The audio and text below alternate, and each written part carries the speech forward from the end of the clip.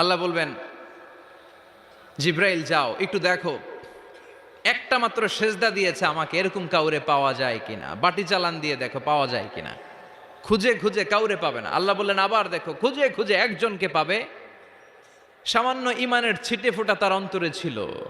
আল্লাহ বলবেন যেহেতু ছিটে ফোঁটা আছে, অনেক মায়ের খাইছে, ওকে বের করে জাহান্নাম থেকে বের করে একটা নির্ধারিত দূরত্বে রেখে দাও। রেখে দেয়া হবে, কিন্তু জাহান্নামের আগুনের লেলিহান শিখাতে তার গা ঝলসে যাবে। সে আল্লাহর ডেকে বলবে, মাবুদ তোমার কাছে আমি কিছু চাই না, জাহান্নাম থেকে তুমি আমাকে বের করেছো, জীবন নদীর পানি তুমি আমার গায়ের মধ্যে ঢেলে দিয়েছো, আমি আবার সজীবতা ফিরে পেয়েছি। আমি তোমার কাছে জান্নাত চাই না, শুধু নিরাপদ একটা দূরত্বে আমাকে রেখে আসো, যাতে জাহান্নামের আগুন আমারে কষ্ট দিতে না পারে। আল্লাহ, আমি কিন্তু তোমার কাছে জান্নাত চাই না,